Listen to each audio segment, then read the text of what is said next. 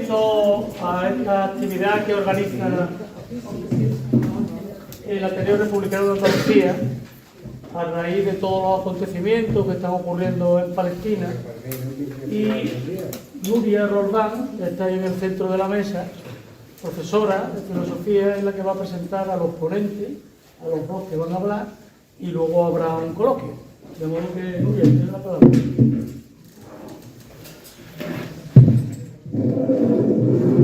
Hola, muy buenas tardes. Disculpar estos pequeños minutos. Queríamos esperar hasta que viniera uno de los ponentes porque somos docentes y la labor docente es muy exigente en estos momentos.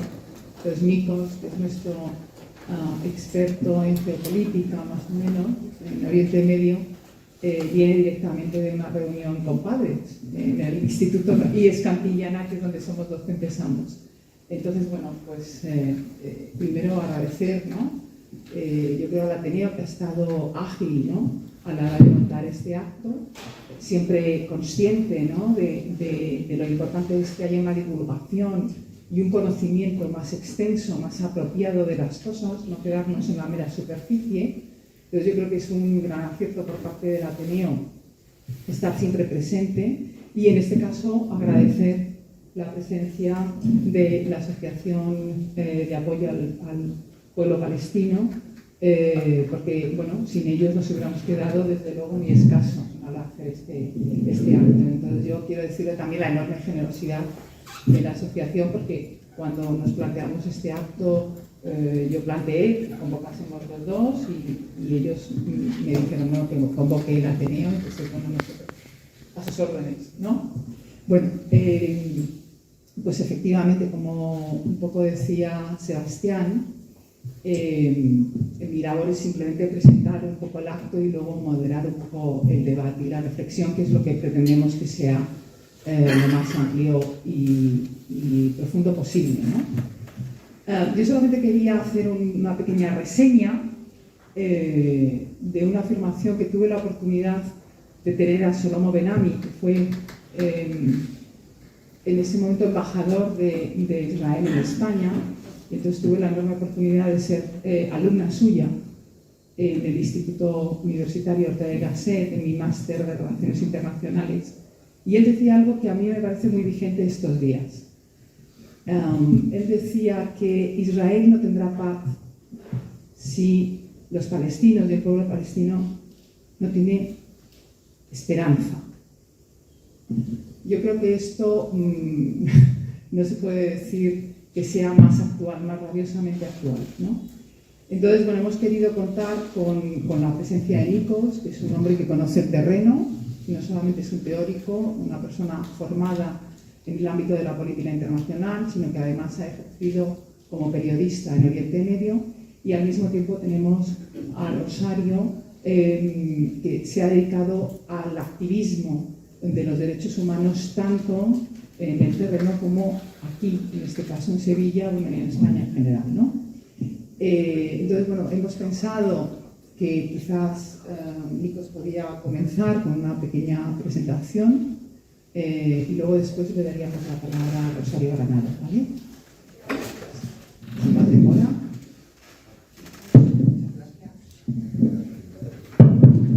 Gracias a todos. Primero, empezando de lo que comentaba Nuria, que ha usado la palabra experto, quiero empezar diciendo que en esos momentos no hay expertos. O sea, sería una vergüenza ser experto en qué, en la matanza que está pasando. Expertos en ese momento son los que sufren y expertos son los que luchan. Expertos no son los que analizan lo que ha pasado, sino los que están luchando para cambiar lo que está pasando. Y es importante empezar por ahí porque nos ha tocado vivir en esa época, nos ha tocado vivir en esa semana en concreto. No sé si, espero que no hayáis visto ya las imágenes de hoy, porque cada día es un día diferente, un día más. Hay un vídeo nuevo de por qué Israel ha atacado otra vez a Jabalia, segunda vez. Y hay un vídeo con los padres saliendo de una escuela, porque han bombardeado una escuela hoy. Y cada padre y cada madre lleva un niño, un bebé muerto corriendo. Entonces, nos ha tocado vivir eso. Y para usar yo también una frase, como decía Nuria, me acuerdo de Jean-Paul Sartre, que decía que tiempos bellos quizás hubo, más bellos del nuestro, pero el nuestro es eso, nos ha tocado ese tiempo. Nos ha tocado vivir la semana en la cual Netanyahu salió en la televisión y hizo una referencia a la Biblia, diciendo, tenéis que recordar qué pasó con Amalek, que es una referencia de Samuel, de la Biblia, y la referencia es la siguiente, la he buscado en la traducción española. Ve ahora y ataca a Amalek, y destruye por completo todo lo que tiene, y no te apiades de él. Antes bien, da muerte, tanto a hombres como a mujeres, a niños como a niños de pecho, a bueyes como a ovejas, a camellos como a asnos. Esta es la instrucción que dio un primer ministro a su ejército contra gente que no tiene Estado, no tiene tanques, no tiene aviones, que están encarcelados se supone, en una patria. Nos ha tocado vivir en la semana que tenemos ya, en las últimas 2 semanas, 9.000 muertos, y casi la mayoría, creo que la mayoría ya son niños y mujeres. Niños y mujeres, sumamos niños y mujeres porque es una medida para decir que seguro que no son combatientes o no son militantes. Por supuesto, otra gente que ha muerto tampoco son militantes. Y tenemos ya la lista de los muertos y cómo todo en nuestra época se puede digitalizar y analizar. Puedes pulsar un botón y poner la lista de los muertos en Palestina según edad. Y lo hice yo ayer por la noche. He pulsado el botón para ver la edad. Y os digo una cosa. He tenido que pasar 6 páginas con todos los nombres de palestinos y palestinas que tenían en la columna de edad 0.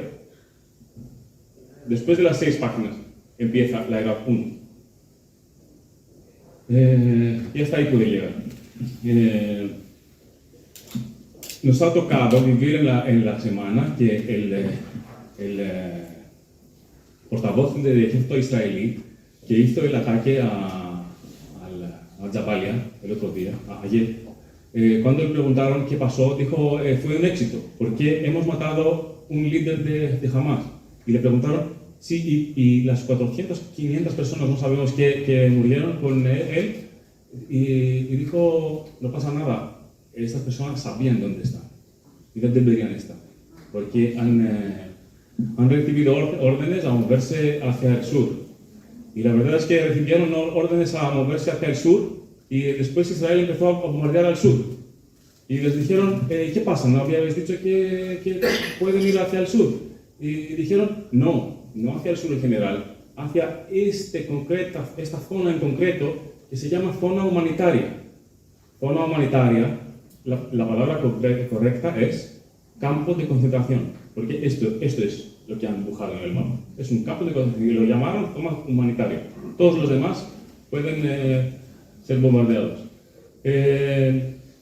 Esto es el Estado de Israel. Un Estado que puede de un día a otro dar órdenes a más de 1 millón de personas a moverse a un campo de concentración.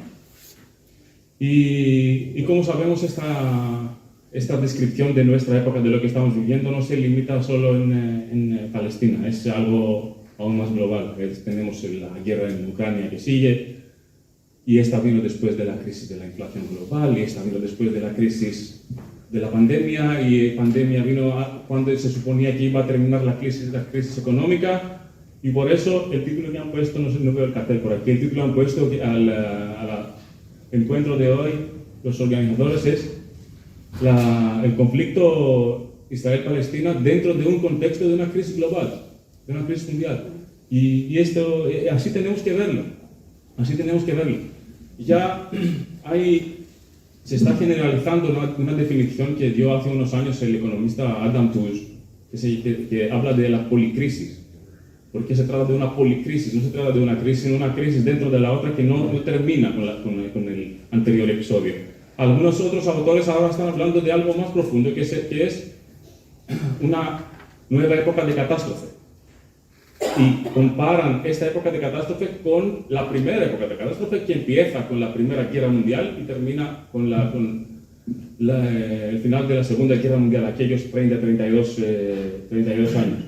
Creo que con estas comparaciones creo que es obvio que necesitamos contexto para entender qué está pasando y no solo quedarnos en lo concreto y lo que está en la masacre que está pasando. Pero no quiero quedarme solo a este nivel tan abstracto. Vamos a hacer un paso más a una comparación más concreta. Una comparación más concreta es el año 1973, que un año que a medio plazo se puede considerar el inicio de la crisis económica en la que vivimos. Cuando llegó el fin de los años gloriosos después de la Segunda Guerra Mundial. Y os acordáis que aquella crisis se llamó crisis del petróleo, porque coincide con la última gran guerra entre Israel y países árabes, Egipto y Siria, la llamada guerra de Yom Kippur. ¿Y qué combinación de eventos teníamos en 73? Una crisis mundial económica, guerra en Medio Oriente, retroceso de Estados Unidos de Vietnam, 2 años después iban a abandonar Vietnam, y al mismo tiempo una crisis política dentro de Estados Unidos, Watergate, en 1974 iba a dimitir Nixon, y creo que es obvio que de todo tenemos hoy, de todo esto tenemos, de la crisis económica, el retroceso del poder estadounidense, desde Afganistán hasta Oriente Medio, y una crisis política dentro de Estados Unidos que no tiene precedentes, de verdad. O sea, porque la comparación es solo con la guerra civil de 1861. Porque lo que pasó las últimas semanas con la Cámara Baja de Estados Unidos sin portavoz, y no solo porque los dos partidos grandes no se pueden poner de acuerdo, sino porque hay una escisión muy fuerte dentro del Partido Republicano por la fuerza que ha cogido la extrema derecha dentro de Estados Unidos, es una crisis a todos los niveles. Y yo creo que con ese contexto hay que orientarnos para contestar cosas que surgen de lo que está pasando en Palestina. Primera cosa, porque es importante, creo, para nuestra lucha, la supuesta autodefensa de Israel.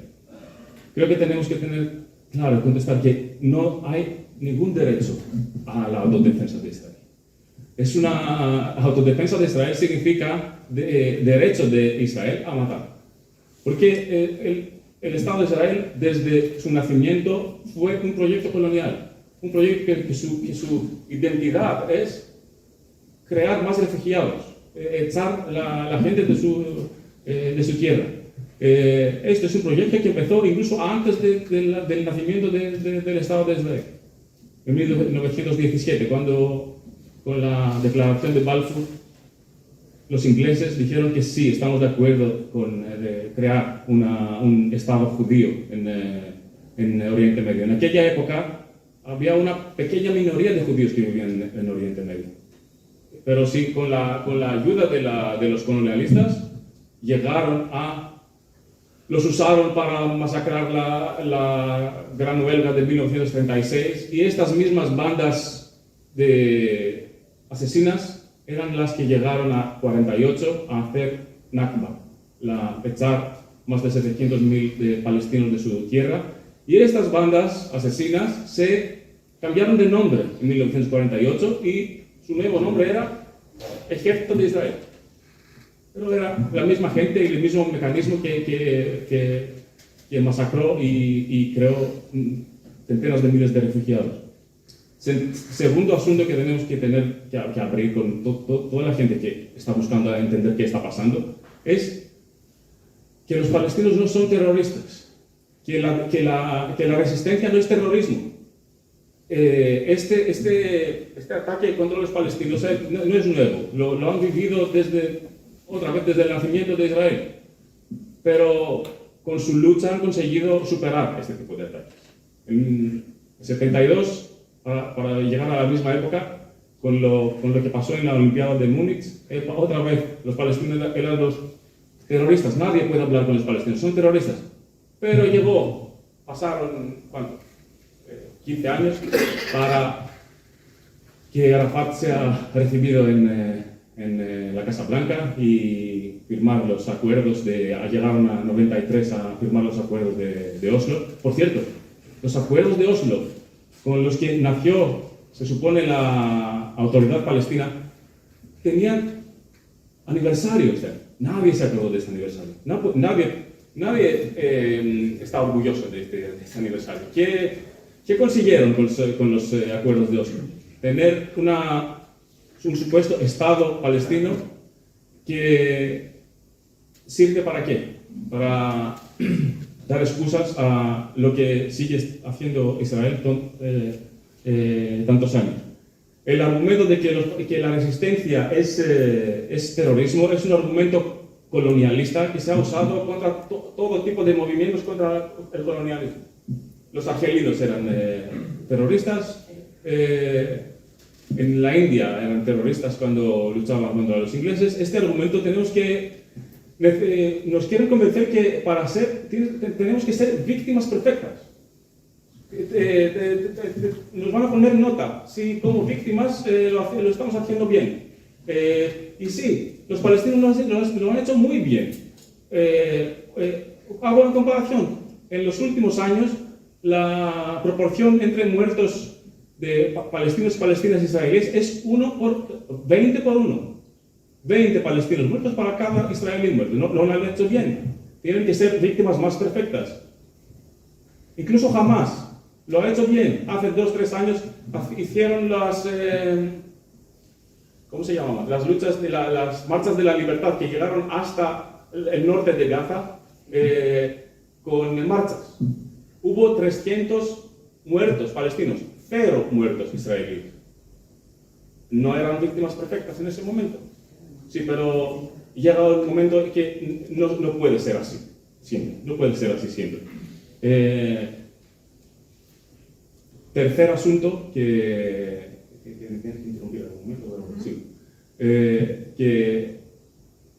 es hora de abrir mucho exactamente, lo decía antes comparando con Oslo, es este mito de los dos estados, que la solución es tener dos estados uno al lado de otro, y este mito que no tiene ninguna base en este momento, ninguna base.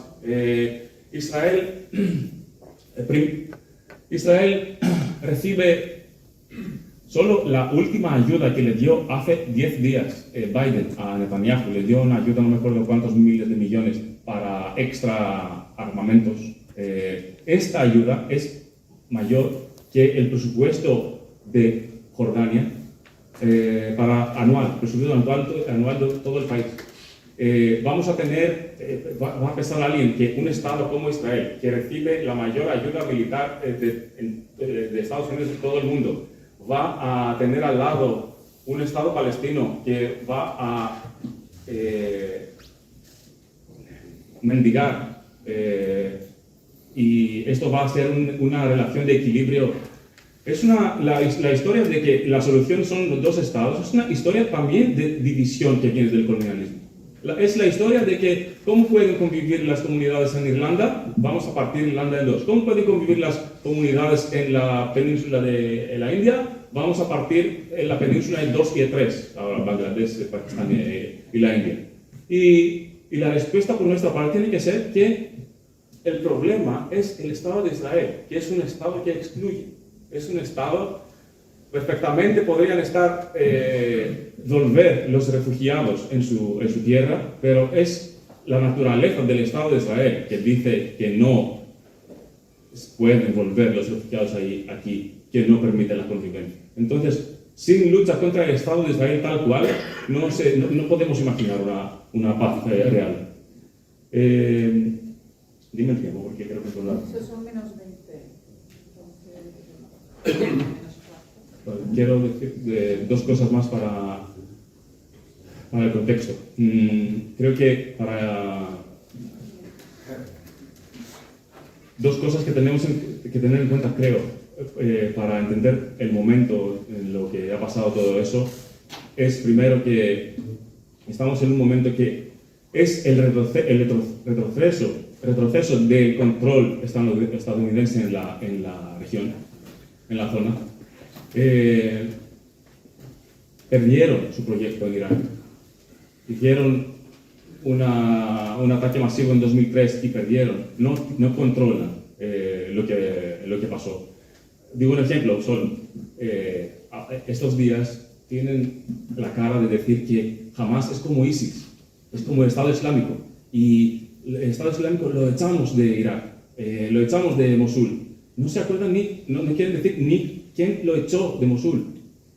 Cuando llegó el ejército de Irak, que lo habían preparado los Estados Unidos frente al Estado Islámico, el ejército de Irak desapareció, no hizo nada. Y tuvieron que llegar las milicias que tenían conexión con Irán para luchar contra el Estado Islámico en Irak. Esto lo pongo como ejemplo de que incluso en Irak su proyecto era controlar Irak para llegar a controlar a Irán en algún momento, y al final tuvieron que basarse en las relaciones políticas con su archienemigo al lado. O sea, esta pérdida de control. ¿Y dónde los llevó esta pérdida de control?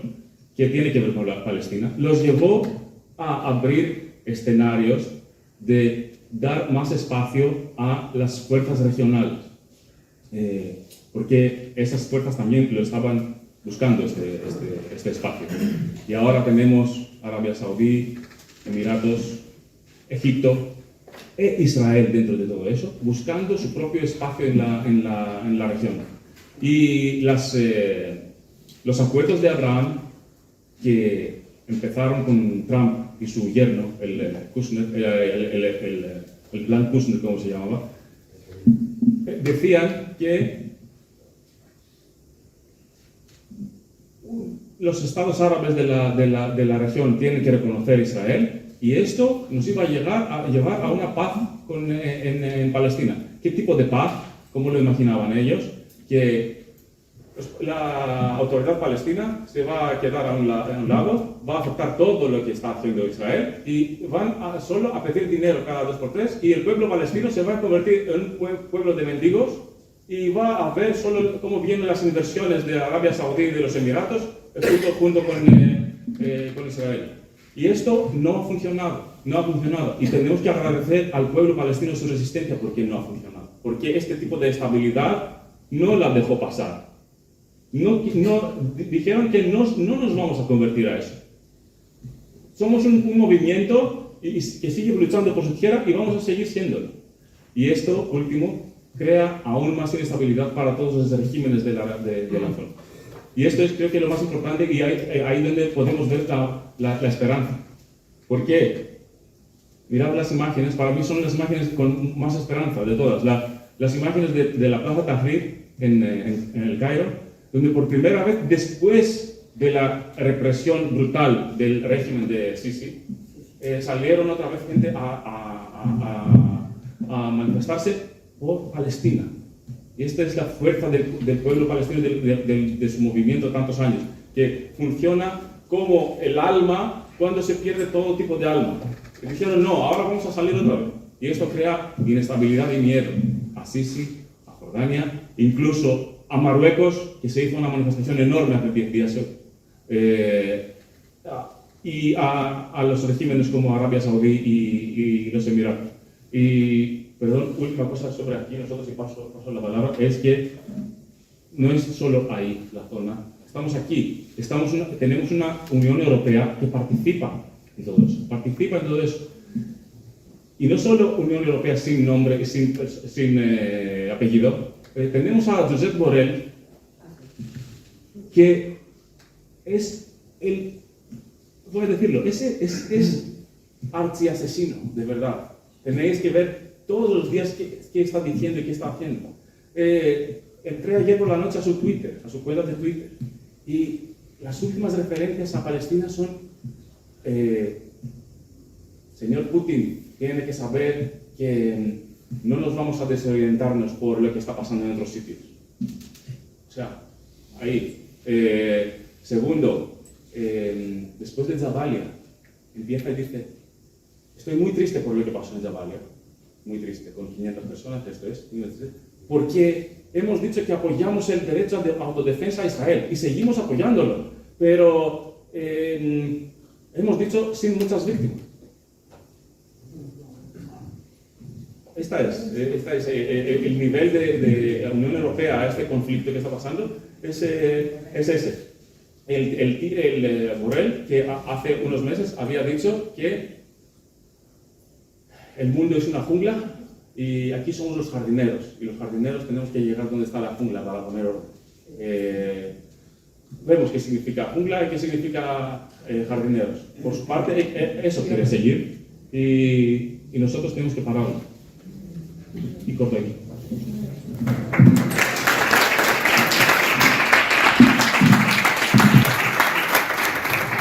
Buenas tardes. Bueno, pues a ver, mirad, el día 7 de octubre, bueno, pues salió la noticia, ¿no?, de ese ataque de Hamas en todas las televisiones. La verdad es que la prensa, ¿no?, el tema de la prensa y el tema de la información, cómo dan la noticia, cómo no hay contexto ninguno, cómo se centran en la violencia de Hamas, se los llaman terroristas, grupo terrorista, y venga terrorismo, y venga terrorista, y venga violencia, y unas imágenes que salieron para conmover a la gente. Esto sin ningún contexto, ahí como si surge de la nada, ¿no? Como que son locos, son salvajes y son terroristas, y una vez y otra vez, así. Es la prensa y es la propaganda. Entonces, ¿dónde estamos? Porque incluso gente muy de izquierda, gente muy que en principio tendría que tener un espíritu crítico, al final se cae en lo que te van diciendo. Al final nos influyen, porque nos influyen a todos. Bueno, las noticias han sido según el ejército de Israel. El ejército de Israel dice esto, el ejército de Israel dice lo otro, el ejército dice tal y dice cual. Pero no hay la otra parte, ¿no? Pero además, después vamos viendo como todo es una farsa y como todo es mentira. Es decir, que ¿cómo fue exactamente? Bueno, pues ha habido algunas declaraciones de algunos supervivientes de este ataque, ha habido supervivientes que han hecho declaraciones, ha habido soldados que han hecho declaraciones en la prensa israelí y sabemos más o menos cómo fue. Fueron 900 muertos exactamente, 500 en el ataque, si Hamas va a las bases militares, porque era todo zona militar, Hamas ataca a esas bases militares y en la refriega hay unos 500 muertos. Y después el objetivo de Hamas no era matar a nadie, el objetivo de Hamas era coger rehenes para intercambiarlo por los presos palestinos. Concretamente ellos ya dan su comunicado y dicen exactamente qué es lo que quieren. Los presos niños primero, que liberen a los 200 y pico niños, desde los 9, desde los 10 años, que están presos en las cárceles de Israel. Después piden que liberen a las mujeres, que también es un número importante, 160, 170 mujeres. Y después piden que liberen a los que están en la cárcel sin ningún delito, sin ninguna acusación. Es lo que se llama la detención administrativa, que ellos la hacen con mucha frecuencia. Detienen a los palestinos sin ninguna causa, sin ningún motivo. Están años y años y años, no pueden defenderse puesto que no tienen acusación. Esa era la petición de Hamas y ellos lo que querían era coger rehenes para hacer ese intercambio. Bien, pues una vez que evidentemente se dice si sabían, no sabían, los que estaban allí no lo sabían porque fueron cogidos por sorpresa, una vez que la gente de Hamas, también dice de Hamas, pero hay de otras organizaciones también armadas palestinas, cogen ya las bases y algunas de las otras sedes que están por allí en zona militar, todo militarizado, porque lo que rodea Gaza es zona militar, con los rehenes. Hay una superviviente que está herida en una pierna, pero que la mujer hace una declaración a la prensa israelí y dice que una vez que entra el ejército de Israel, ametralla de todas maneras, dispara contra todos los palestinos y contra todos los rehenes. O sea que los rehenes israelíes son asesinados por el ejército de Israel. Como ven que no pueden, es decir, que es bastante gordo lo que estaba pasando y no podían, pues van llegando los helicópteros, los aviones y los bombardeos. Y entonces empiezan a bombardear y ven coches que van para Gaza cargados de rehenes, van con bastantes rehenes. ¿Y qué es lo que hacen? Pues disparar a todo, disparan y matan a palestinos y disparan y matan a los rehenes israelíes. Bueno, pues esto ha salido ya en la prensa israelí y después ha sido censurado inmediatamente porque son periodistas que en un momento dado hacen una entrevista, y después están las declaraciones de los soldados también diciendo que ellos disparaban, que hay mucho desconcierto, mucho descontrol y que ellos disparaban. Bien, el tema de la propaganda, que es lo que yo me refiero, es cómo influye, porque evidentemente el control es total, es un control total, las noticias son únicas y ahí es lo que, y eso es lo que hay. Yo creo que aunque estamos todos pues, con estos hechos, ¿no? Esto desde este 7 de octubre, los 20 y tantos días que llevamos de genocidio y de masacre, pero a mí me parece importante ir a las raíces del conflicto, porque yo creo que entendiendo las raíces luego todo se entiende mejor, ¿no? Entonces, como él ha dicho, es un proyecto, todo empieza porque Inglaterra, Gran Bretaña, pues tiene un proyecto colonial. Estamos a finales del siglo XIX, el capitalismo se está desarrollando, la revolución industrial va a marcha forzada y hay un desarrollo grande, un desarrollo que va pues conquistando tierra y colonizando, va a los países más pobres y se va pues buscando nuevos recursos, fuentes de energía y comercio sobre todo, ¿no? Y en esta expansión colonial es cuando se plantea pues el tema del proyecto colonial de Palestina. En esta expansión colonial va todo como va a África y como va a Oriente Medio, ¿no? Entonces, bueno, pues se lo reparten. Ahí esto estaba entonces bajo el imperio turco, y el imperio turco era ya un hombre enfermo, se decía, porque estaba ya la decadencia total y se estaba viendo pues que no se mantenía, ¿no? Y entonces pues las dos grandes potencias, Francia e Inglaterra, se reparten en el mapa con pues esto para ti, esto para mí, esto para ti y esto para mí, y así se reparten Oriente, ¿vale? Y la parte de Palestina pues se la queda Inglaterra. Se la queda Inglaterra como para administrarla, porque le ha dicho ya lo que fue la declaración Balfour y lo que son los acuerdos de Sykes-Picot, que son los dos ministros que se lo reparten. Ahí estaba también Rusia, se lo repartía también Rusia, fue en el 16, en el 1916. Lo que pasa es que después va a ser la revolución rusa, la revolución de 1917, y estos acuerdos que son secretos va a ser Rusia quien los va a hacer públicos. Bien, pues este proyecto sobre Palestina tiene una particularidad, que es un proyecto colonial, de colonizar la zona, pero con sustitución de la población. Es decir, se trataba de limpiar la población, expulsar a toda la población para llevar judíos europeos. Los judíos europeos se ofrecen a esta labor y le aseguran al gobierno británico que van a tener la defensa de los intereses occidentales, van a estar aseguradas. Bueno, ¿cómo se puede crear un Estado nuevo de la noche a la mañana prácticamente? Históricamente es un tiempo muy corto. ¿Cómo se puede expulsar a una población?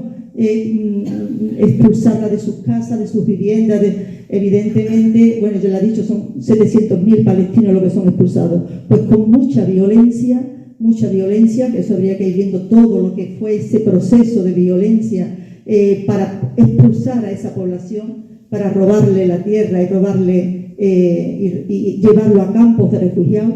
Después también es necesario una propaganda muy bien elaborada, una propaganda enorme para convencer a la gente, para convencer a los países también que los apoyen y que ellos tenían una causa justa. Luego hay una propaganda brutal también y evidentemente el apoyo de Francia y de Inglaterra sobre todo, y un poco más tarde de Estados Unidos, puesto que ellos van a estar allí para defender los intereses occidentales. Esto fue, en un primer momento ellos pensaban que en poco tiempo iban a tener la población, como ellos decían, pues limpia, ¿no? Decía Ben Gurión, uno de sus dirigentes, dice, bueno, pues los viejos morirán y los jóvenes, bueno, pues ya olvidarán. Entre los que mueren, los jóvenes olvidan. ¿Qué ha pasado desde el 48 en que se crea el Estado de Israel? Pues que no se ha podido olvidar. ¿Por qué no se ha podido olvidar? Porque podríamos estar hablando de historia, ¿no? Pero estamos hablando de la actualidad. No se ha podido olvidar porque la violencia ha continuado, es decir, la violencia que empezó a primeros de siglo y especialmente 47 y 48, esa violencia ha continuado durante todo este tiempo, momentos más graves, menos graves, pero esa violencia ha sido estructural y ha continuado hasta la actualidad, como lo estamos viendo ahora. Es lo que estamos viendo, bueno, pues como una fase ahí final de esa violencia, ¿no? La propaganda ha sido brutal. Por una parte se hablaba de como el pueblo judío que necesitaba un territorio, una tierra, es una invención. Lo del pueblo judío es una invención total. El pueblo judío no existía. El judaísmo es una religión. El judaísmo es una religión y hay muchos procesos históricos por lo que mucha gente se ha ido convirtiendo al judaísmo, porque hacen su proselitismo y sobre todo pues, en los primeros siglos, en la Edad Media, en el siglo VIII, siglo IX, hay mucho proselitismo, igual que pasa con el cristianismo, igual que pasa con el islam, también pasa con el judaísmo, luego se han ido convirtiendo, ¿no? Entonces, pues nosotros tenemos de alguna manera una cierta educación judeocristiana, y como estamos ya imbuidos de esa educación judeocristiana, pues nos parece como más normal, como cierta normalidad, pero pensad que vienen de un sitio del norte de Europa y dice que esta tierra, por ejemplo Andalucía, que le ha sido prometida a su Dios, que ellos tienen un Dios que le ha sido prometida y que por lo tanto aquí hay que expulsar a toda la población porque esta tierra les pertenece a ellos, ¿no? Son los colonos que van llegando, son europeos de Rusia, de Polonia, después de Alemania, de Europa del Este bastante. Entonces son gente que no tienen ninguna relación con lo que es Palestina, con lo que es el Oriente, ¿no? Ni conocen, ni ajenos, totalmente ajenos a todo lo que es Oriente. Bueno, pues es la invención del pueblo judío, porque es una religión. Cuando se dice el pueblo judío, se dice por pueblo de Israel, tiene un concepto religioso. Es como cuando nosotros, antiguamente, cuando yo era chica, en la iglesia se decía, por ejemplo, perdona a tu pueblo, Señor, perdona a tu pueblo. Y el pueblo es la comunidad de fieles, pero no existía ningún pueblo. Bueno, pues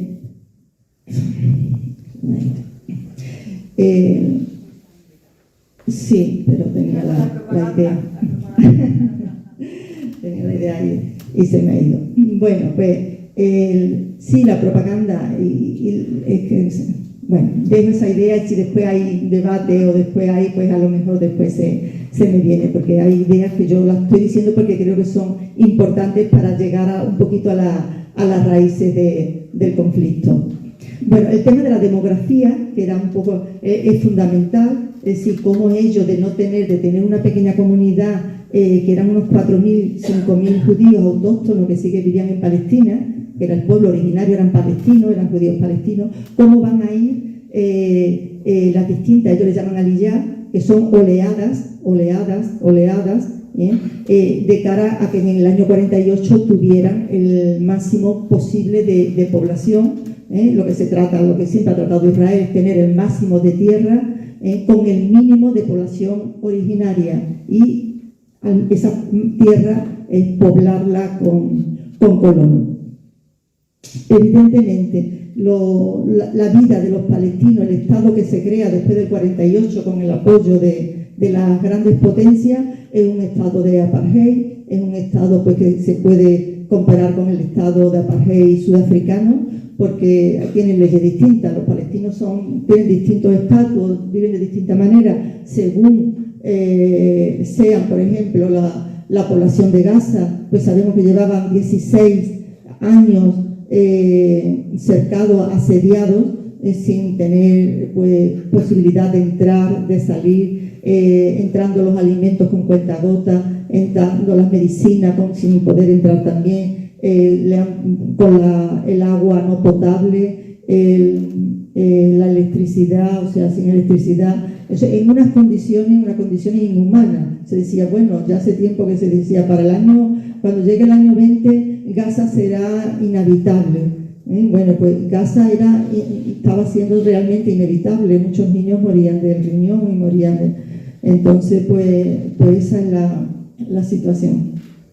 Eso es en Gaza. Después está la Cisjordania ocupada, pero la Cisjordania ocupada, las condiciones de vida han ido cada vez también empeorándose, porque el Estado de Israel lo que ha ido haciendo es cargándose la economía para que no puedan vivir por su propia economía.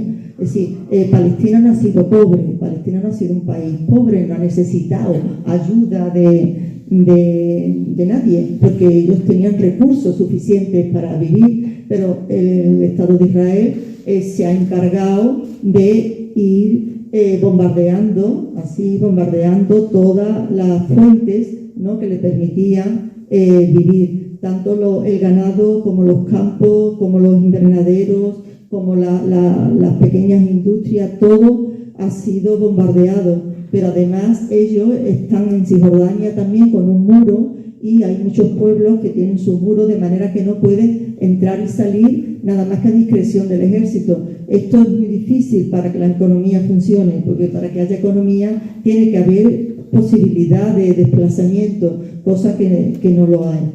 Después están los palestinos, que se les dice de 48, que son los que viven en Israel, son israelíes, tienen ciudadanía israelí, pero son de segunda, tienen leyes distintas, así que esos son los que viven en la apartheid, nosotros vivimos en una ocupación, porque tienen una segregación brutal, de manera que hay leyes para los judíos y leyes para la población autóctona, ¿no? Entonces, y después están los campos de refugiados, fuera también de Palestina, en Líbano, Siria, en Irán, en Egipto. Ha habido campos de refugiados en los países limítrofes, ¿no? Y bueno, lo que es la diáspora, que está prácticamente en todo el mundo, ¿no? Esa es la diáspora. Esta es un mínimo de lo que es el contexto, que habría estaba yo diciendo, bueno, pues habría que ver el contexto para entender después los hechos que estamos viendo, ¿no?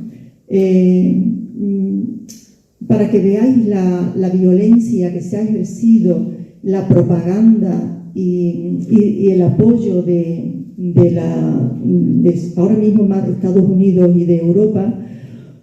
Bueno, pues vimos, por ejemplo, cuando el 7 de octubre, cómo en Europa se enciende se ilumina con la bandera de Israel, ¿no? La Torre Eiffel, y cómo, o sea, es un apoyo totalmente sin ningún matiz, sin nada, ¿no? Porque es lo que le da impunidad, porque cojan espacio en el mercado laboral. La política era echarlos totalmente fuera. Y esto tiene dos consecuencias. Primero, que los palestinos y palestinas no tienen el poder de la huelga no es tan fuerte en Israel. Pero segundo, la otra parte de esta verdad es que la existencia del Estado de Israel no tiene que ver solo con Palestina, exactamente porque no le interesan solo los palestinos, tiene que ver con la zona. O sea, el Estado de Israel existe y recibe todo este apoyo, no solo para oprimir a los palestinos, sino para imponer orden imperialista en la región, en la zona. Por eso hizo la guerra de 56. Cuando Egipto nacionalizó, después de la revolución con Nasser, el Suez, los franceses, los ingleses, Israel empezaron la guerra. Después, otra vez, con la guerra de 67, ¿qué era? Un intento de imponer orden contra los cambios políticos que venían en Irak con la Revolución 58, en Irán con la nacionalización de petróleo. O sea, Israel tiene siempre la mirada hacia los regímenes de la región con el intento de imponer orden. Esto significa que, lo digo con una frase, el camino hacia Jerusalén pasa por Cairo. Significa que la opresión palestina crea instabilidad en todos los regímenes de la región. Esto significa que recordar un día tan importante durante la Revolución Egipcia en 2011. Uno de los días más importantes fue cuando la gente de la calle invadió la embajada israelí en el Cairo. Y entró y lo hizo como, no sé, como... no dejó nada. Y estaban en las ventanas tirando todos los documentos de la embajada de Israel. Este es el miedo que tiene Israel. Este es el miedo. Que la opresión contra los palestinos se va a convertir en una revolución en la zona. Así que creo que tenemos que tener siempre esto como nuestra mirada más amplia que solo Gaza y Cisjordania. Israel tiene su tierra desde el Nilo hasta el Éufrates. En su parlamento, la corte lo tiene bien claro. Entonces, su tierra desde el Nilo hasta el Éufrates. Así, por lo tanto, no va a parar. Y además Israel todos los días está atacando a Siria, a Irak, al Líbano, a todo. A Siria atacaba. En Israel hay 70 nacionalidades. Israel necesita siempre tener guerra, si no, se matan entre ellos mismos. Y todos tienen 2 o 3 nacionalidades. Y por suerte también han tenido la española. Sí. Pero los musulmanes que se fueron aquí no. Eso lo aprobó Alberto Ruiz Gallardón como ministro de Justicia. Sí, el que pudieran volver, adquirir la nacionalidad española a todos los judíos que fueron en el siglo XVI expulsados. Bueno, pues solo un temita, un poco sobre el tema del negocio de las armas, que ya aquí lo han comentado. Entonces, Israel, claro, el negocio... Israel ha necesitado siempre apoyo económico de Estados Unidos. Es decir, el apoyo económico ha sido continuo y muy importante, muy grande, porque no se mantenía tampoco como Estado. Y eso pues que tiene diamantes, pero lo que tiene fundamentalmente es el negocio de las armas. De hecho, ellos consideran a Gaza y los bombardeos y todo como un laboratorio, porque van a probar las armas. Están probando las nuevas armas ahora. Probaron nuevas armas anteriormente en otros bombardeos. Ahora están probando un arma que derrite la piel, que no es la quemadura normal, que tiene ya su curación, bueno, que se puede tratar médicamente y es conocida. Es un arma nueva que derrite la piel de manera que las personas se quedan pues sin piel, ¿no? Como si fueran. Entonces, bueno, pues toda la investigación en Israel es importante el tema de las armas, ¿no? Y el apoyo de Estados Unidos.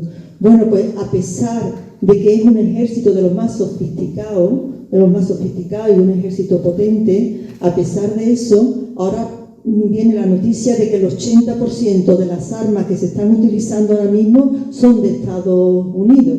O sea que ahí la dependencia está clara, ¿no? ¿Cómo nos afecta a nosotros también?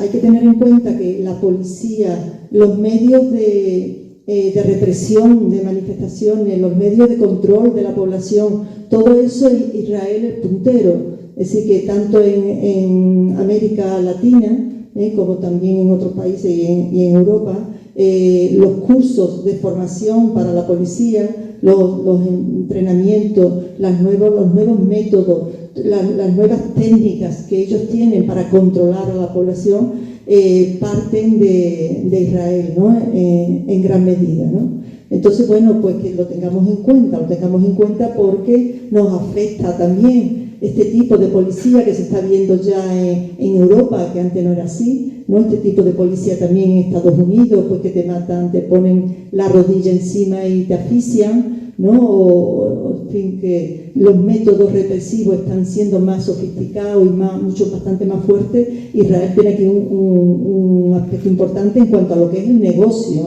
porque es un negocio grande. Evidentemente, con todo lo que está pasando, la inversión en armas, las empresas de armas y lo que son inversiones en armas están ganando mucho dinero, ¿no? Y ahora mismo, pues por desgracia, los presupuestos militares están aumentando en todo el mundo, ¿no? Y en España tenemos también una subida de presupuestos militares bastante grande, ¿no?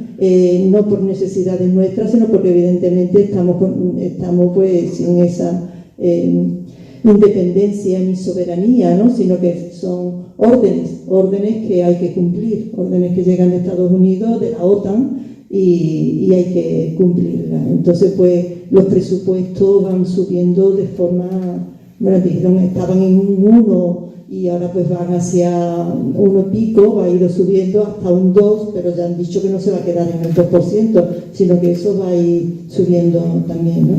O sea que el tema también del negocio de las armas es importante. Y bueno, pues Israel sigue siendo, considerando a Palestina como un laboratorio donde puede testar, donde puede probar todas estas armas y todos estos métodos y técnicas de control de la población.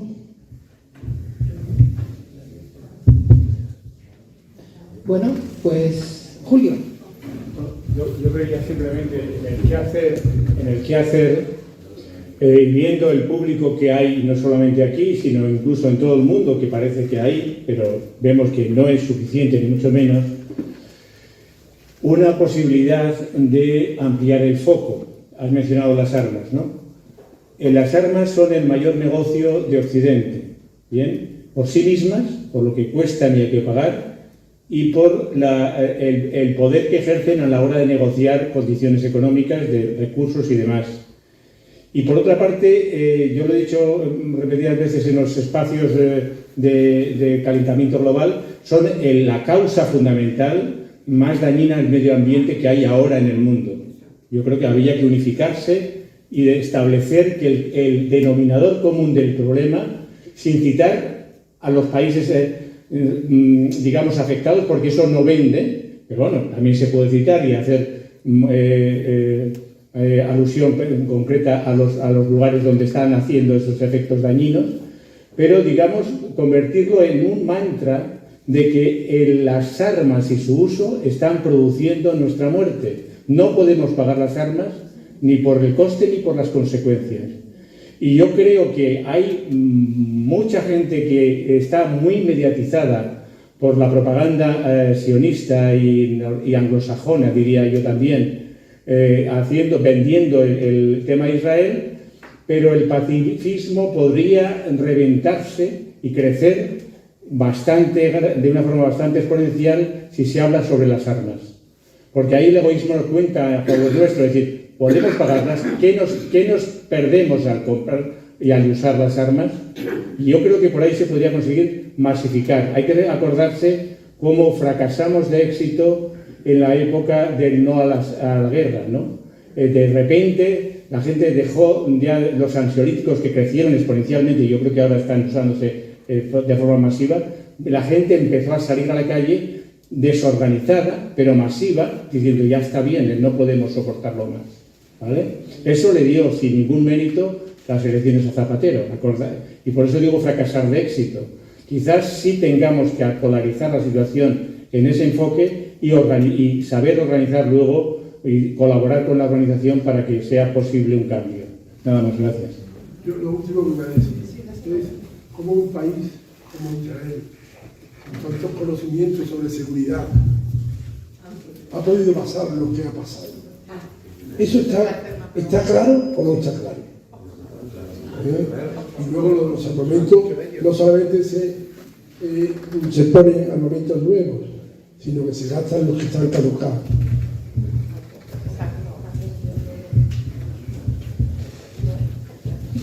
A mí me parece una propuesta muy interesante, ¿no? De alguna forma poner el foco en el tema de la compra de Ateneo tomamos nota de esta propuesta para futuras campañas, ¿no? Bueno, pues si os parece, pues muchísimas gracias. Yo creo que ha sido francamente interesante. Y nada, nos seguimos viendo. Muchas gracias.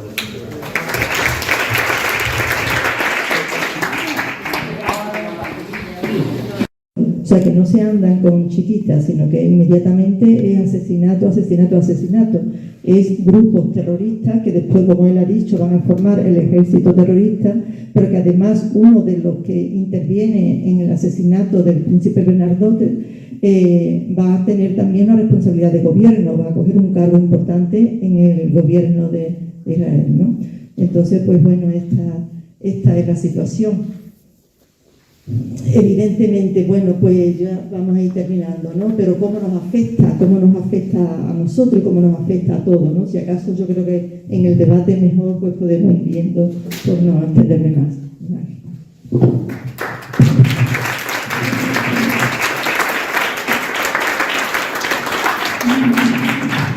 Muchísimas gracias por el esfuerzo de síntesis. Yo creo que se ha planteado bastante bien el contexto desde mi punto de vista.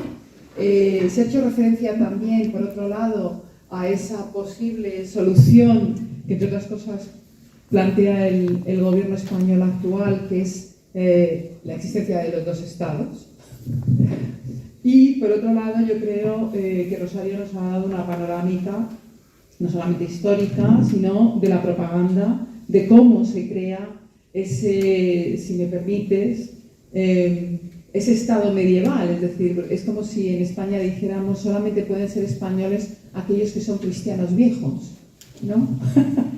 Bueno, es un poco lo mismo, solamente pueden ser israelíes aquellos que son judíos. Esto, literalmente, históricamente, es un estado del siglo XVI, no es un estado del siglo XXI. Tiene un estado que se guía por la Torá.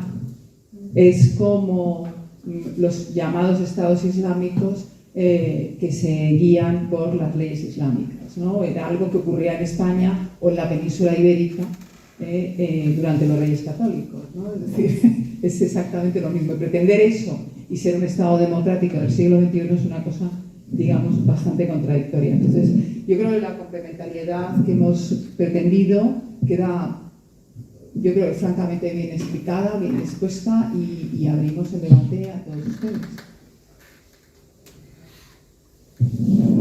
Sí, Valencia. Yo creo que esto se puede quitar. Yo Sí. no, creo que sí. Sí. Me parece, me siento cada vez más avergonzado de ser europeo. Esta Europa tan rica y tan sinvergüenza. Los valores europeos, los valores occidentales, ¿cuáles son esos valores? Pues según estudiamos, y es verdad, pues era el humanismo, el laicismo, el racionalismo. Y parece que lo único que ha quedado es el racionalismo entendido de muy mala manera. Es que yo voy racionalmente a defender mis intereses y los demás no importan. Y entonces se están produciendo unas realidades vergonzosas. El humanismo se está sepultando en el Mediterráneo cada día, con la gente que llegan huyendo del hambre o de la guerra y no los dejamos entrar y ahí quedan sepultados. Y toda nuestra preocupación es que no entre. Estamos viendo, bueno, el caso de la guerra de Ucrania, una guerra provocada claramente, porque si a Estados Unidos le dice que le van a poner misiles al lado de su frontera, pues bueno, ya pasó con la crisis de los misiles en Cuba, ¿verdad? Entonces, Europa no es nadie, actúa como un lacayo de Estados Unidos y deja que se provoque esa guerra. Y con el tema ahora de Palestina, pues vergonzoso.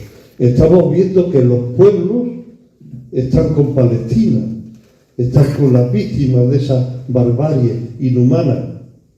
Y en cambio los gobiernos están con ese Estado asesino de Israel que está practicando un genocidio que parece mentira, que no nos podíamos ni imaginar. Entonces, ¿cómo es posible? Yo me pregunto, pero vamos a ver, Estados Unidos siempre ha sido aliado de Israel y lo está apoyando, pero que le haya dado esta carta blanca para un genocidio de esta dimensión, o que se atreva a crear en Europa, a lanzar, a provocar esa guerra, que sabemos cómo empieza, pero no sabemos la guerra cómo termina, y que está en un polvorín. Yo la única explicación que tengo es que, aparte de cómo crecen las fuerzas más reaccionarias, el poder de las fuerzas más reaccionarias de Estados Unidos, es que se sienten amenazados. En Europa a finales del siglo XIX y surge entre judíos, concretamente Theodor Herz, que no sé si era, pero vamos, suelen ser de Bielorrusia, Lituania, polaco, la parte de Europa del Este.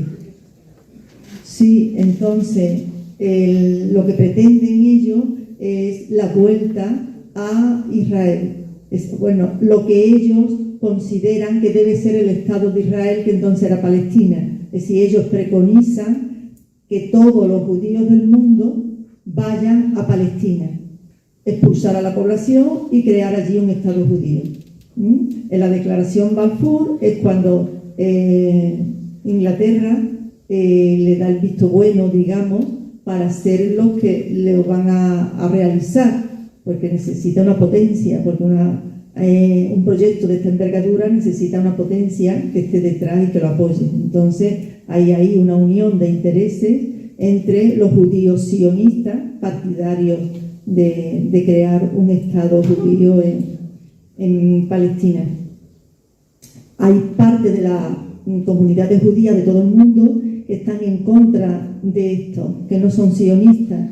Es decir, porque, bueno, también dentro de su religión creo que dicen que ellos están esperando al Mesías y cuando llegue el Mesías, dicen, es cuando volverán, dicen, a donde hubo un reino sobre el 900 antes de Cristo. O sea que hace 3000 años allí hubo una zona de Palestina en donde hubo un reino judío, que es el reino de Salomón y de David, el rey David y el rey Salomón, pero eso fue 3000 años, hace 3000 años, ¿vale? Entonces, bueno, pues ellos dicen que ese es el sionismo, es la vuelta. Ellos lo venden como la vuelta a su tierra, la vuelta a sus raíces, lo venden. Pero sin embargo, estos judíos no tenían nada absolutamente que ver porque se habían convertido al judaísmo. Y allí ellos provienen de un pueblo que son los házaros, que estaba situado al suroeste de Rusia y que en un momento dado, en el siglo VIII, por unas circunstancias históricas en la Edad Media, todo el pueblo se convierte al judaísmo. Luego ellos no tenían raíces ninguna ni tenían nada que ver. Bueno, esto es el sionismo, ¿no? Sobre la parte de la juventud, bueno, pues como yo he dicho antes, que la propaganda, la televisión, los medios no influyen tanto, pues eso es complicado, pero vamos, hay un movimiento estudiantil. De hecho convocaron, no sé si fue el 12, pero hubo una huelga convocada por el sindicato de estudiantes, hicieron una manifestación y ahora han convocado otra vez para el día 16.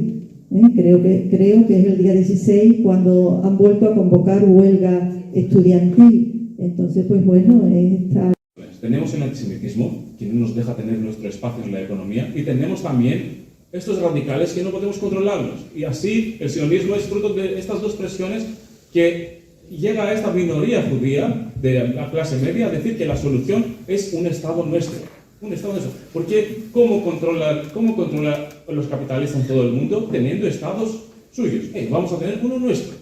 ¿Y cómo lo vamos a tener? ¿Así? No, necesitamos ayuda. ¿De quién? De los poderosos. Entonces tenemos que aliarnos con los colonialistas para pasarnos una parte de alguna colonia. Había incluso conversaciones de tener Israel, ¿no?, no en Palestina, en Madagascar y no sé qué, en Argentina también. Así que, y creo que tenemos que insistir que era una minoría y siguió siendo una minoría incluso después de 48. Voy a decir un ejemplo de Grecia porque tiene una relación con España también.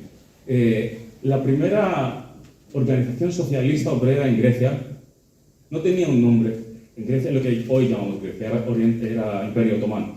No era una organización con nombre griego, era una organización que se llamaba Federación, como lo escucháis, Federación, nombre español. Y su primer periódico tenía nombre que se llamaba Solidaridad Obradera, que en latino significa Solidaridad Obrera. Lo fundaron judíos que venían de España, sefardíes en Salónica. Y la mayor organización obrera de la época. Y en 1917, cuando salió la noticia de que Balfour había declarado que Inglaterra va a apoyar un Estado judío en Oriente Medio, Federación en Salónica, en Grecia, salió y quemó los periódicos en público que decían, que hablaban del caso de la declaración Balfour. Porque para los judíos que estaban luchando en cualquier país que vivían, el proyecto sionista era un proyecto que venía desde arriba, que venía contra la lucha común de judíos, cristianos y musulmanes en Salónica, por ejemplo. Entonces creo que tenemos que insistir en eso, porque esta cuestión vuelve ahora, incluso en Estados Unidos. La mayoría de la juventud judía en Estados Unidos ahora no apoya el Islam. Así que es una cosa a nuestro favor y tenemos que insistir. Muchas gracias.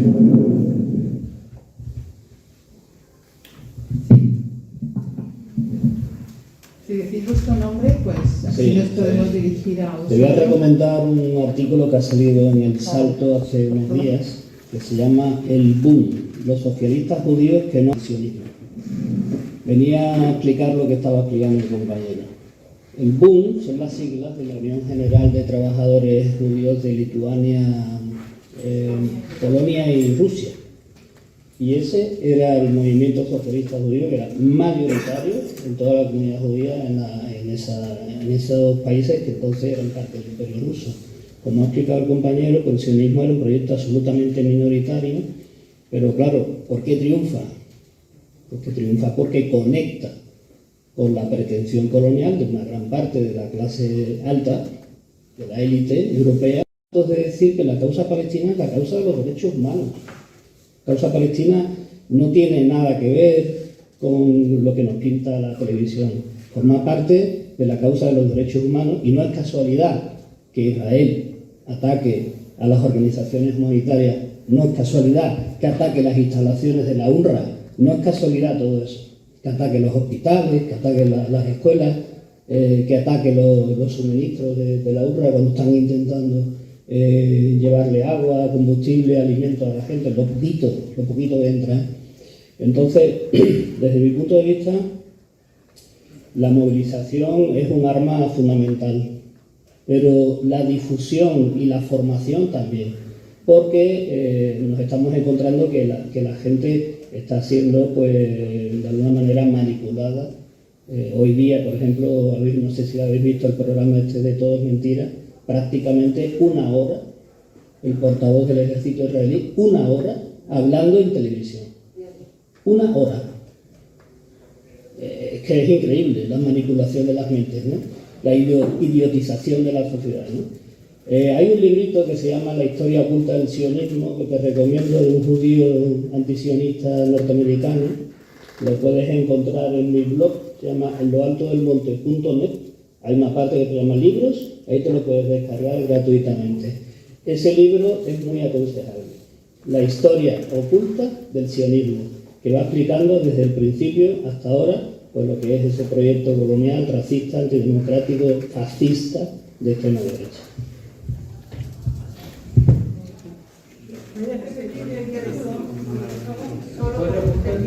La historia oculta del sionismo, en loaltodelmonte.net. Hay una parte con el libro, pinchas ahí y lo encuentras. Bueno, como ahora hay preguntas ahí, pero como es sobre el sionismo, quería... No sé si se oye ahora. Sí. bueno, que como el tema va sobre el sionismo, pues quería decir también, yo he hablado del origen, pero actualmente el sionismo tiene el apoyo de los movimientos protestantes evangélicos a unos niveles, pero bastante, o sea que realmente los de la bueno, pues no es tanto, son evangélicos y en Estados Unidos pues apoyan. Realmente allí, bueno, hay la cantidad de iglesias evangélicas que hay, la influencia que el evangelismo está teniendo en muchas zonas también, y son los defensores del sionismo y los que están apoyando a Israel también. Tenía la palabra Charo.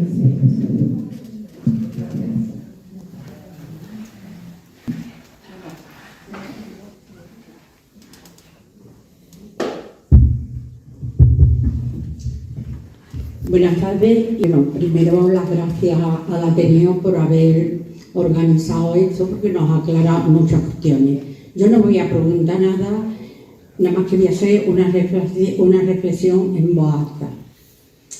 El tema de Palestina ahora se da porque Israel ha atacado, pero el problema de Palestina viene desde muchos años atrás. Y a mí lo que me preocupa es que nosotros nos acordamos, como en el refrán que se suele decir, nos acordamos de Santa Bárbara cuando termina. Entonces ahora mismo estamos todos muy preocupados por el tema y tenemos que estarlo. Pero lo que no podemos es dejar, cuando pase esto, ya está. Y ya nos olvidamos. Yo creo que los países se tienen que ir preparando y profundizando en las circunstancias que hay. Pueblos no padeciendo explotación sobre otros. Y así que, por lo tanto, lo que tenemos que hacer es ir implicándonos en evitar que pasen estas cosas. Es lo que yo siempre me planteo. ¿Por qué no evitamos cuando vamos al médico? Vamos al médico para que nos mande algo, para que no nos venga una enfermedad más grande. Vamos a la calle y es cuando ya empezamos a reclamar. Yo creo que ya tenemos que empezar, que somos ya todos muy maduritos, de que las cosas, si pasa ahora lo que sea, tenemos que seguir reflexionando, porque hoy es Palestina, mañana es otro lugar del mundo, porque siempre va a haber explotadores que quieran explotar a las minorías. Así que esa es mi reflexión en voz alta. Muy bien.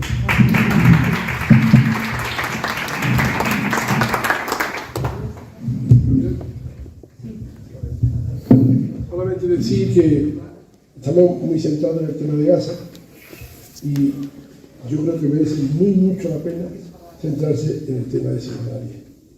Es muy importante. Gaza es Gaza, Cisjordania es Cisjordania, palestinos y palestinos. Y ya me recuerda esto un poco y a las películas de, se me decía pasar el otro día, a las películas de indios, que con la propaganda nos hicieron ver que los que estaban la cabellera eran los malos, los que vivían en su tierra. Y aplaudíamos cuando llegaban los caballos montados con las camisas azules. Exactamente lo mismo. Exactamente lo mismo. Y los malos eran los indios. Yo de niño creía que los malos eran los indios. Y eso es lo que pretenden.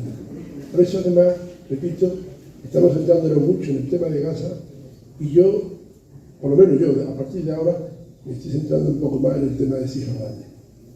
Porque es lo que ha dicho ella.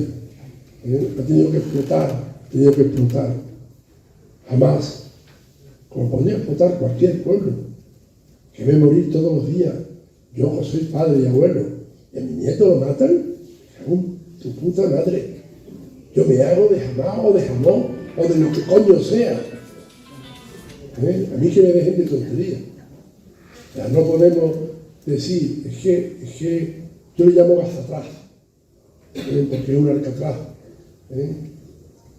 Y ahora, si nos ponemos a contar qué está pasando, pero si Jordania existe como país, un país que está totalmente apoderado por un ejército israelí, ¿eso es un país? Por eso pido que nos centremos mucho, no que dejemos de centrarnos en Gaza, sino que nos adelantemos a los acontecimientos que pueden pasar en Cisjordania. Que pueden pasar muchos más, y van a pasar. Y han pasado.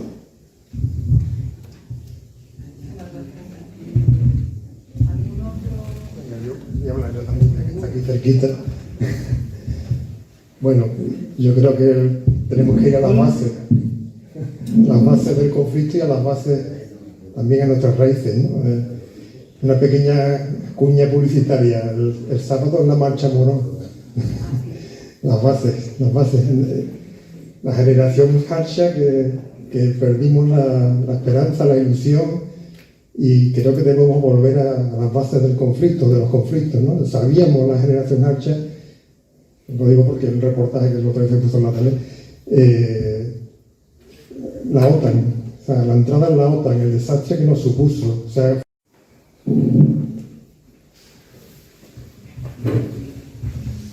Buenas tardes a todos. Yo me llamo Yamil, soy palestino y llevo aquí más que 50 años. Primero, Israel, un Estado creado por todos los países europeos. Entonces, normalmente, es la niña bonita, tiene que entenderla. Y la han creado para desestabilizar el mundo árabe. Porque al final de la guerra, había un libro, pero no me acuerdo ahora cómo se llama, decía, si queríamos seguir la Segunda Guerra Mundial, disfrutar de la riqueza, del imperio y todo, tenemos que crear algo nuevo, y así los países árabes no van con la rosa, con el oro, con el petróleo, con todo. Y segundo, los sionismos, hay muchos cristianos también son sionistas. Y muchos, sí. El mismo Biden ha dicho hace nada, yo no soy judío, pero soy sionista. Incluso se habla también que hay musulmanes sionistas.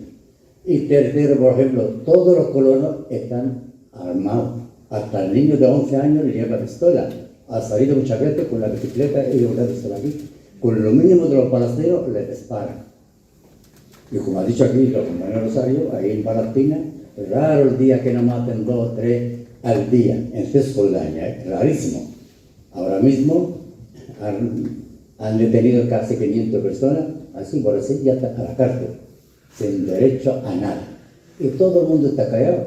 Yo no sé hasta cuándo los palestinos están callados. Es que nadie está a favor, todo el mundo está contra, y sobre todo Estados Unidos y Europa. Y Rusia habla por hablar, pero no hace nada. Y luego, por ejemplo, la paz nunca quiso la paz.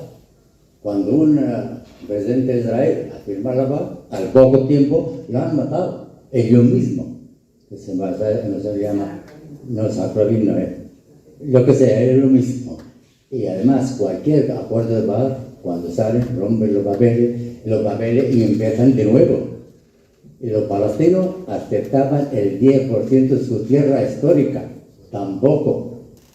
Hacer un Estado único con los mismos derechos tampoco quiere Israel, porque no le interesa. Piensan a la larga, va a haber más palestinos o más musulmanes, si vamos a hablar de elecciones, y a ganar las elecciones si el único país demócrata que dice Europa normalmente. Ni demócrata ni sabe lo que es la democracia. Si la democracia casi hasta los países europeos está comprado, por un sentido o por otro. Así la democracia es poca cosa, y en Israel menos. Y el dos estados cada día es imposible. Ya los palestinos están muy apartados y no hay casi ya muy pocos palestinos. Casi 8 millones de palestinos están fuera de Palestina. O estamos, porque yo aquí me han venido como refugiado. Yo he venido aquí a estudiar y me he quedado aquí. Y de hablar de Palestina puedo estar hablando día y noche. Pero muchísimas gracias a vosotros y esperemos el apoyo de todo el mundo, porque sabemos la mayor parte de los pueblos están a favor de la causa palestina, aunque los gobiernos no, y sobre todo el gobierno europeo y Estados Unidos. Muchas gracias.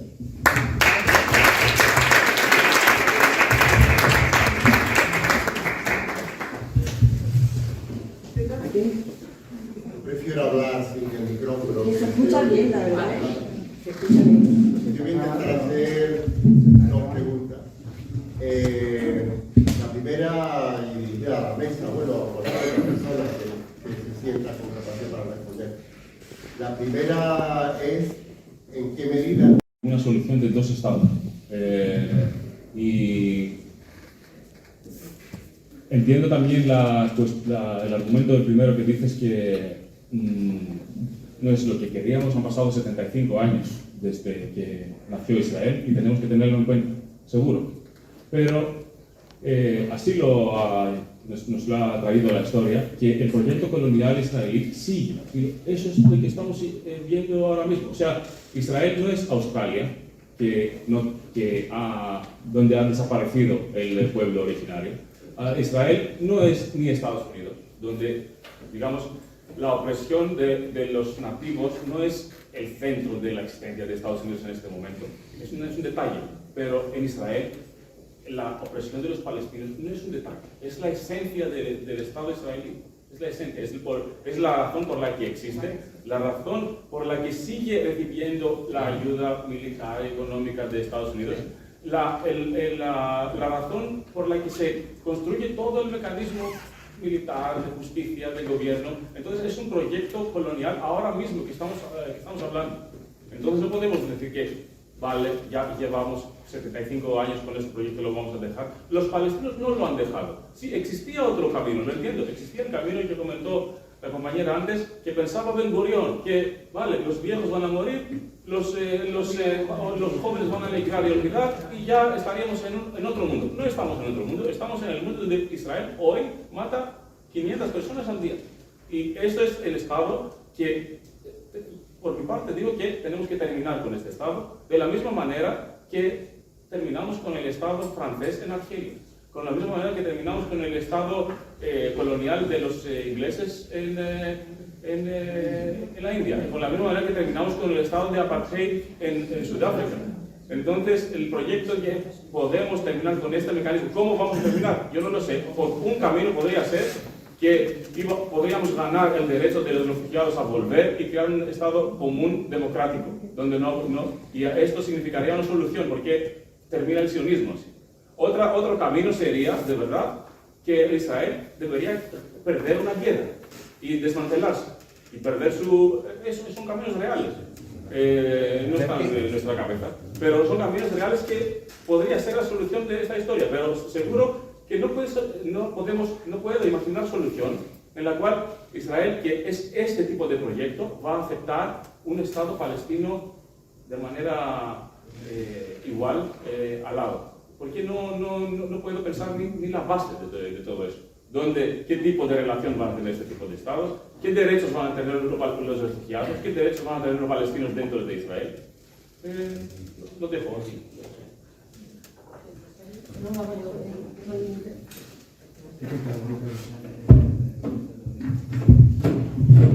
Sí, yo coincido, vamos, con lo que le ha dicho. Tendría que haber porque la coyuntura que estamos viviendo es una coyuntura en que las fuerzas de extrema derecha pues están subiendo. Entonces, pues bueno, tendría que haber ahí un cambio de coyuntura de alguna manera, ¿no? Lo que pasa que hasta cuándo puede estar aguantando el pueblo palestino, ¿no? ¿Hasta cuándo puede resistir? Para ellos están resistiendo, después de 75 años siguen ahí, ¿no? Es un tema también, hay una lucha demográfica, por eso no dejan de llegar colonos, por eso no dejan de llegar gente nueva, porque ellos tienen una natalidad occidental, quitando los rabinos, quitando algunos que son familias muy numerosas, pero en general un mundo como occidente, ¿no? Y los palestinos tienen una demografía alta, ¿no? Una natalidad alta. Entonces, bueno, pues de hecho ellos decía que cómo había tantos palestinos, pues decía, pero si este pueblo ya estaba limpiado, aquí ya no había palestinos, ¿cómo en la minoría que había, cómo hay tantos palestinos, ¿no?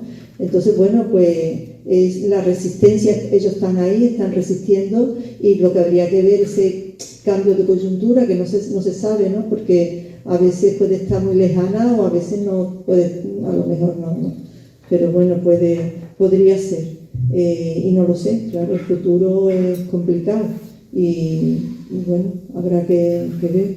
Lo de las movilizaciones yo creo que sí que es fundamental. No sé si había por ahí alguna pregunta también con el tema de las movilizaciones, ¿no? ¿Había una pregunta quizá? No había versado sobre movilizaciones. Sobre movilización. No, había versado sobre cómo hacer que Ajá. gobierno Sí, movilizaciones y no movilizaciones. manifestaciones. Cómo presionar, ¿no? Cómo presionar a los gobiernos. Bueno, en Europa la hipocresía ha sido muy grande, ahora ya están desenmascarados totalmente, porque con Borrell, como él ha dicho, y la política europea, con todo, está siendo ya desenmascarada porque está siendo claramente de extrema derecha abierta, ¿no? Pero ha sido una política muy hipócrita, una hipocresía muy grande.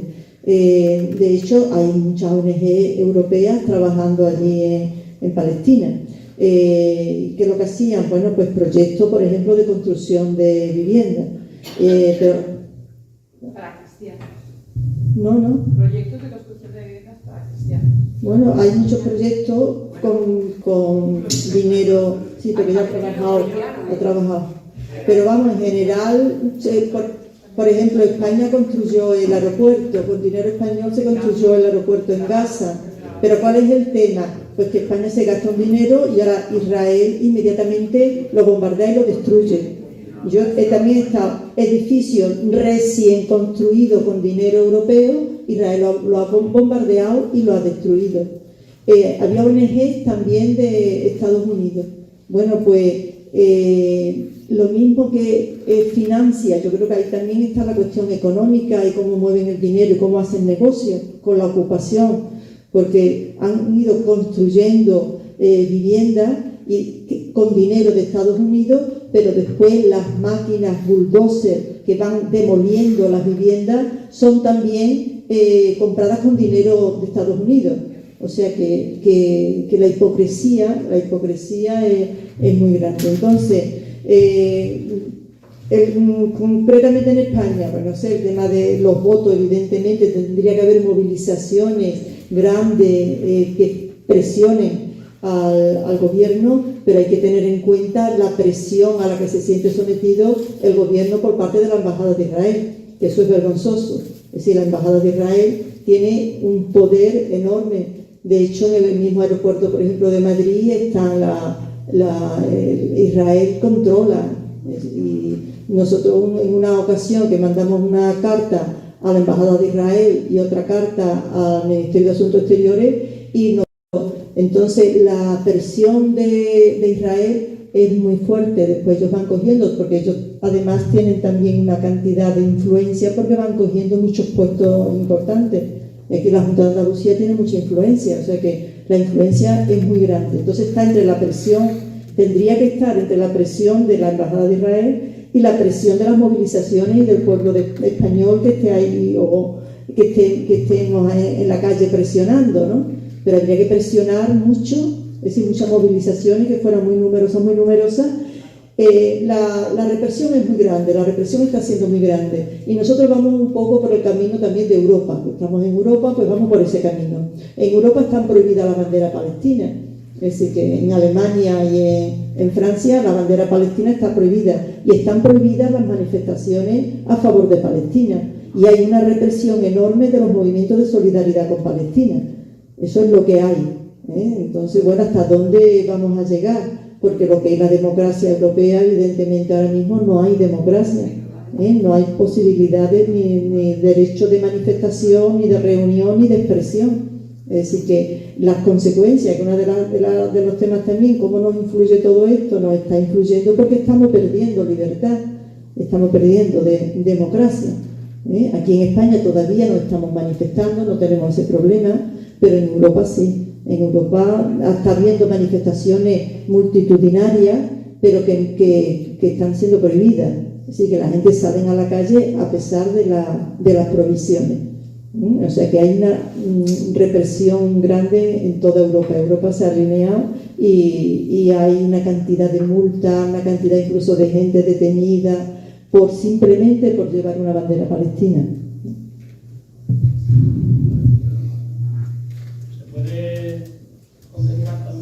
Sí, claro. Hay que mirar también la experiencia internacional. Perdona, ¿necesitas el micro?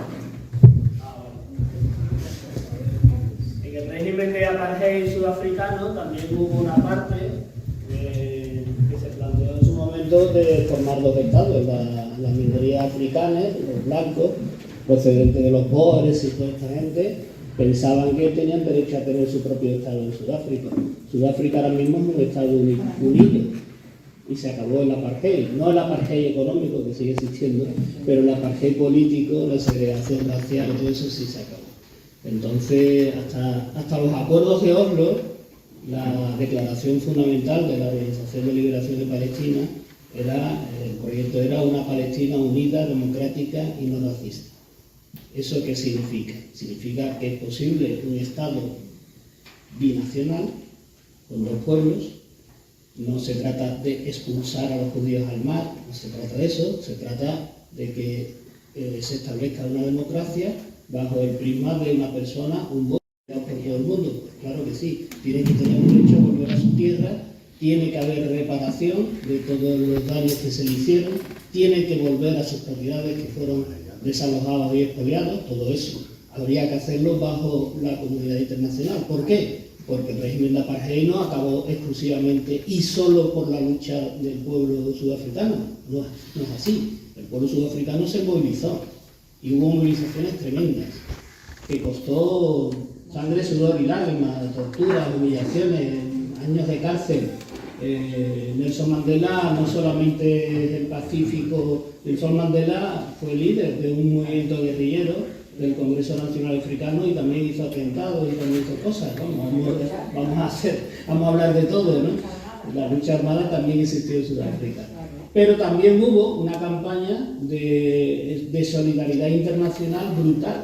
El BDS palestino allí se hizo de manera muy generalizada. Y entonces, bueno, yo creo que la solución de los dos estados es una solución inviable prácticamente porque lo que sería el Estado palestino está desconectado territorialmente. Eso en primer lugar, son dos partes y no tiene continuidad geográfica, pero es que, como ha explicado Ángel Rosario, es que tampoco tiene continuidad económica. Es decir, es inviable bajo muchos prismas. De todas maneras, cuando estuvimos allí en Palestina, hubo una discusión entre dos personas, una mayor y otra más pequeña. La pequeña decía, oye, ¿y por qué tenemos que renunciar a Haifa? ¿Y por qué tenemos que renunciar a esto? ¿Por qué tenemos que renunciar a nuestro país que fuimos expulsados, que nos echaron, etcétera? Y la persona mayor, que había sufrido mucho, decía, yo estoy harto ya de esta gente, que me den mi estado y que me dejen tranquila. Los palestinos están divididos en ese tema. No hay una posición unánime.